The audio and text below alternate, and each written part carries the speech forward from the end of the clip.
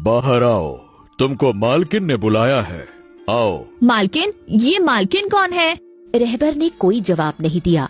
समायरा ने फलक को सहारा दिया और दोनों गिरते पड़ते हालात में बाहर आ गईं। बाहर की रोशनी कम ही थी, फिर भी कम रोशनी देखकर ही उनकी आंखें चौंधिया गईं और जब पूरी आंखें खोलीं तो दोनों को अपनी आंखों पर यकीन नहीं हुआ। नूर एक बड़े से सिंहासन पर बैठी थी। फलक देखना, हमारी सहेली मिल गई। यहाँ हमारा हाल भूख और अंधेरे से खराब हो गया और तुम यहाँ आराम से बैठी हुई हो। अरे कैसी सहेली हो तुम, देखने भी नहीं आई। मेरा घर पसंद नहीं आया? तुम्हारा घर? हाँ मेरा घर, यही तो रहती हूँ मैं पिछले 20 वर्षों से। 20 वर्ष की तुम हो भी नहीं। मजाक करने के लिए पूरा जीवन पड़ा है। अभी घर चलती हैं, सब परेशान हो रही होंगी। और तुम तो जानती ही हो, आज समायरा का विवाह है। देरी हो गई तो बारात वापस चली जाएगी, फिर कभी उसका विवाह नहीं हो पाएगा।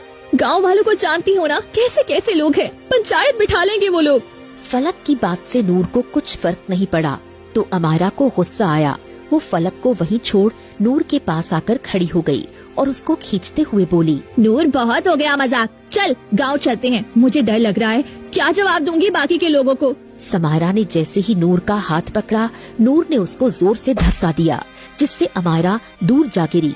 तुम दोनों पागल हो जो मेरे पीछे यहाँ तक चली आई। अरे मूर्खो, इतना नहीं समझ पाई। ये मेरी एक चाल थी तुमको यहाँ लाने की, और देखो तुम मेरे जाल में फंस गई। मुझे तो ये समझ ही नहीं आ रहा, तुम इतनी मूर्ख कैसे हो सकती हो। क्या कहना चाहती हो, साफ साफ कह दो, क्योंकि कल से अब तक भूख और अंधेरे ने और इस सुनसान जगह ने दिल को शमशान जैसा बना दिया है। एक रात यहाँ रहने के बाद समझ आ गया है, यहाँ कुछ तो बड़ा रहस्य है। अब शुरुआत तुम ही कर लो। मेरा सच जानना चाहती हो ना, तो सुनो। मैं तुम्हारी सहेली नहीं थी और तुम यहाँ तक आ सको इसलिए तुमको सहेली बनाया, ताकि समय आने पे तुमको यहाँ कैद कर सकूं। वैसे मूर्खता की हद होती है। 2 साल मेरी सहेली बनी रही, आज तक कभी ये भी नहीं पूछा कि मेरा परिवार कहाँ है और मैं तुम्हारे घर क्यों नहीं जाती। जहाँ तक मेरा अंदाजा है, गांव की सहेली एक दूसरे के घर आती जाती रहती है ना।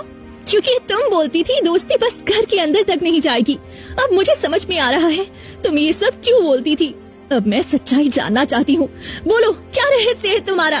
क्या सच में तुम मेरी सच्चाई जानना चाहती हो? हाँ। ये बात 20 वर्ष पहले की है। माँ कहाँ हो आप? देखो ना, बाहर कोई आपको बुला रहा है। अरे बेटा, कौन है? अंदर बुला लो। वो हमारा पड़ोसी है ना, उनके यहाँ कल विवाह है, जिसके लिए आपने मुझे लाल चुन्नी और पीला लहंगा बना के दिया। वो लोग आए हैं। अच्छा, तो बस विवाह का न्योता देने आई होंगी। नहीं माँ, वो आपसे कुछ बात करना चाहती हैं। मैं देखती हूँ। सावित्री उठकर बाहर चली गई। दरवाजे पर मोहनदास खड़े थे। बहन जी, एक जरूरी बात करनी थी आपसे। आपको तो पता ही है, परसों मेरे बेटे का विवाह था, परंतु अचानक लड़की बीमार पड़ गई और मर गई। अंदर आओ। सावित्री मोहनदास को अंदर बुलाकर लाई। परंतु अचानक लड़की बीमार पड़ गई और मर गई। हे ईश्वर, ये कैसे हो गया? देखो बहन जी, बीमारी, जिंदगी और मौत, ये तो ऊपर वाले के हाथ में है। अब गांव वाले तो यही कह रहे हैं कि विवाह में सुख नहीं लिखा था, इसीलिए लड़की मर गई। गलत जगह विवाह होने से बेहतर है कि इंसान मर जाए। कई घरों में हम अपने पुत्र का रिश्ता लेकर गए, परंतु कोई भी मान नहीं रहा विवाह के लिए। इस गांव में सबसे ज्यादा तो नहीं, पर अच्छे लोगों में हम आते हैं। हाँ, सही कह रही हो, तुम लोग तो बहुत जमीन वाले हो। फिर क्यों कोई अपनी बेटी नहीं देना चाहता आपके घर में? पता नहीं, इसीलिए मैं आपके घर आया हूँ। क्या आप नूर का विवाह मेरे पुत्र से करेंगी? क्योंकि मैं आपको जानता हूँ, आप पुरानी बातों को नहीं मानती। आप पे कोई जोर जबरदस्ती नहीं है। आप चाहे तो मना भी कर सकती हैं, परंतु मैं चाहता हूँ कि मेरे पुत्र का विवाह उसी मुहूर्त में हो जो तय हुआ था, और मेरा पुत्र भी होने वाली पत्नी के अचानक मरने से सदमे में आ गया है। उसको भी गम भुलाने में आसानी होगी। इसमें सोचने समझने वाली कोई बात नहीं है। मैं इस विवाह के लिए तैयार हूँ। मेरी नूर ऐसे तो लाखों में एक है, परंतु श्याम भी बहुत सुंदर और अच्छा नेक लड़का है। हम इस विवाह के लिए तैयार हैं। और इस तरह नूर और शाम का विवाह हुआ। 4 साल बीत गए। एक दिन नूर अपने घर में बैठी शाम की प्रतीक्षा कर रही थी। तभी शाम का दोस्त बलवंत वहाँ आया।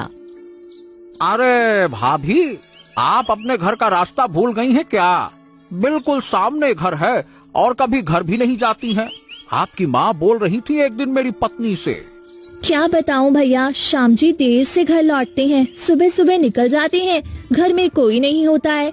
इतनी बड़ी हवेली है, अब मैं घर जाऊं तो इस घर में कौन रहेगा? वैसे एक बात तो है, आपकी किस्मत बदल गई है। इतने बड़े घर की बहू बन गई।